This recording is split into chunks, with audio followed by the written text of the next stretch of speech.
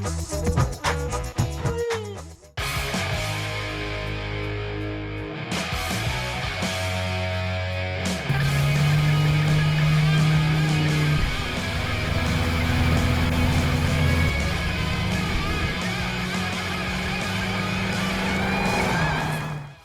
this is one of your latest projects that came out, the Studebaker Pick Up. It's one of those unfortunate projects that it got passed around a couple of shops, and the owner got taken for quite a bit of money and time, and eventually he was left with a bucky not like he wanted it, and being out of pocket quite substantially. And he actually took it, I think, to Simon at Old Mill, which was too busy at the time, and he referred him to me. And I was also knee-deep in a couple of projects at the time, and then eventually, about a year later, I had a spot opening up, and he brought it in. And basically it's a 56 Studebaker truck, and Carlos, the owner, he's got some small kids, and he wanted it extended into a double cab, which he had done at a previous shop. And it looked a bit funky because the back window, the back here, was closed up all over here. So I put a small window in here, and then the proportions looked a bit off, and we decided to do a slant chop on it because the Studebaker is actually standard. It's got a much higher front than the back. Yeah. So what we did, we chopped it 3 inches in front and 2.5 inches in the back. So to get the proportions flowing with the bottom of the truck. And that's another trip. There's always like a third, 2/3 rule that you've got to apply when doing a chop, because I've seen some chops, just because you chop it, normally people decide, look, I'm chopping my car, let's go for gold. So they chop 4 inches or 5 inches out of it, and that just looks funky in the end, because now you've got the proportions all wrong between the heavy bottom and the lighter top. So there's a general, I think, unwritten rule where don't go too far with the chop. So that's what we did. We chopped it, and then yeah, all the with the glass, everything that needed to be shortened to fit. And then once it got chopped, it looked really good. And I told Carlos, look, let's go for gold. Yeah, he had jack suspension in it already, but basically it was fitted at the farm truck height. It was very well done. I've got to give the guy credit for that. It was really well done. So I said, look, let's go the opposite way. Let's see how low we can get this and see if we can lay frame on it. So basically, yeah, that's what we did. We chopped everything out and then remade the whole chassis. It's seed over the actual suspension to get the frame the same ride as the bottom of the suspension, and then we fitted airbags all around from a company in Cape Town, the Greenwell Tech, and basically that's that. Yeah, got a set of wheels from stateside, which we had widened at the back because the proportions were, once again, the proportions were a bit off, and you know, to make a spacer to move the wheel out or to widen the wheel itself is basically the same money. So we decided, look, let's go for the bigger wheel. It just looks so much better than a narrow one. Basically, a lot of rust was cut out. One of the shops that was supposed to do the bodywork basically knocked the rust in, and they just covered it over with body filler. So a lot of rust was taken out of the doors, the lowest quarter of the doors. This whole area here was remade, reskinned. The same with this area here, all around, all the way to the bottom and curving around the bottom. The problem is water collects in there and it just rots it out.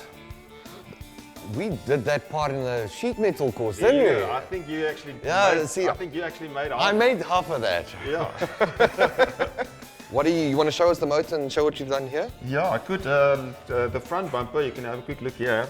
The front bumper, we French 2 small lights into driving lights into the front bumper. Nice.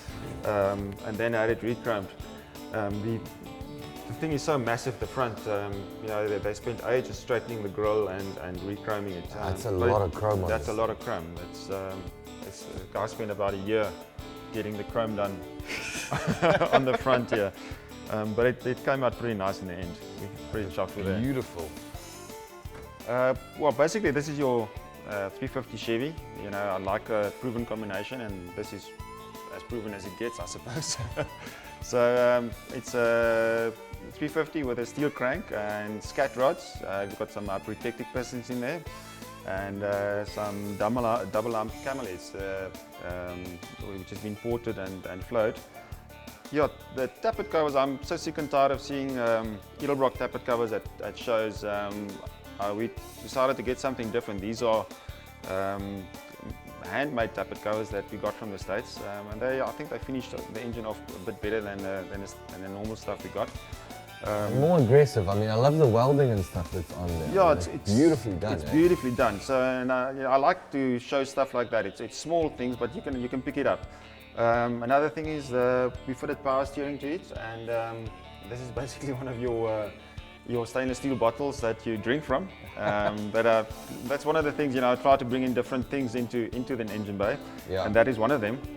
The other thing that we changed was the radiator was too far backwards for to run an electric fan, and the engine is also raised right up into the engine bay. We had to cut the firewall away and raise everything surrounding it. So we cut the radiator surround and moved the radiator right into the radiator surround, which, believe it or not, was almost a week's work to do a very simple little thing, you know. Just widen the radiator support. Okay, well, a week later it's widened and the radiator has moved inside.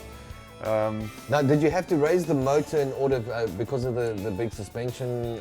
The big suspension drop forced us to raise the engine right into the engine compartment, and then obviously everything else had to raise inside the car. The whole transmission tunnel was cut out and raised in the car, and then everything runs inside the frame, or within the perimeters of the frame rail, which is luckily quite deep on the Studebaker.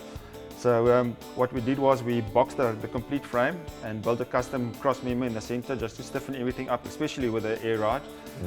You want everything as stiff as possible. So nothing hangs below the frame. I like to build my cars so that they're low, but nothing hangs out the bottom. Yeah. So it doesn't catch on speed humps or anything that might be lying in the road, like roadkill or beer can. Or cat's eyes. Or cat's eyes, for that matter. So yeah, it is low, but it is actually not drivable at this point. This is its what do you call it? Seated stance position. Seated stance, or your anti-theft device that we've employed here to prevent it from being driven away when dropped down. What did you do on the interior here? I mean, what's the seats from? Seats are Chrysler PT Cruiser, the special edition. I went to a scrapyard and looked which had the nicest seats, and sure as fried bananas, there they were. I've got a big thing for nice gauges, and I normally try and get Autometer, or in this case Stuart Warner, and these are the winged gauges, which really works with the old look of the car. Yeah, but that's basically that. B&M shifter, we've got the air ride controls in here, we've got the electric windows working from here. So yeah, it's got a little central command post here. The roof lining is actually a mold pulled from the roof on the outside, a glass fiber mold, to just facilitate covering, and it's just so much easier to put in than the older style system. I mean, it's comfy. I've been in some chopped cars where you sit and you feel like the hunchback of Notre Dame after a while, you know. It pushes you down too much. The nice thing with the Studebaker, it is fairly tall as standard, so you can chop quite a bit out. Did you have to import a lot of product, a lot of groceries or anything for this car? Or, I mean, besides for the wheels, which, like you said, are importing the gauges, I mean, no body panels or anything had to come in? The problem is you can't really find anything. You can, but it's hideously expensive. And there's quite a lot of Studebaker trucks still left in South Africa. I mean, I got, the one fender was from a different model. The one front fender was from a 49 actually, and they're wider than the 56 one. So when we started measuring our, you know, whether the car is square, we couldn't get the car to sit straight over the chassis, and I thought I had the wrong offset wheels. I installed the suspension wrong, everything, and eventually we found no, the one fender is just wider than the other one. Well, I think the only thing left to do now is let's take it out on the road and see what you can do. Yeah, cool. Okay, let's just ride this baby up again.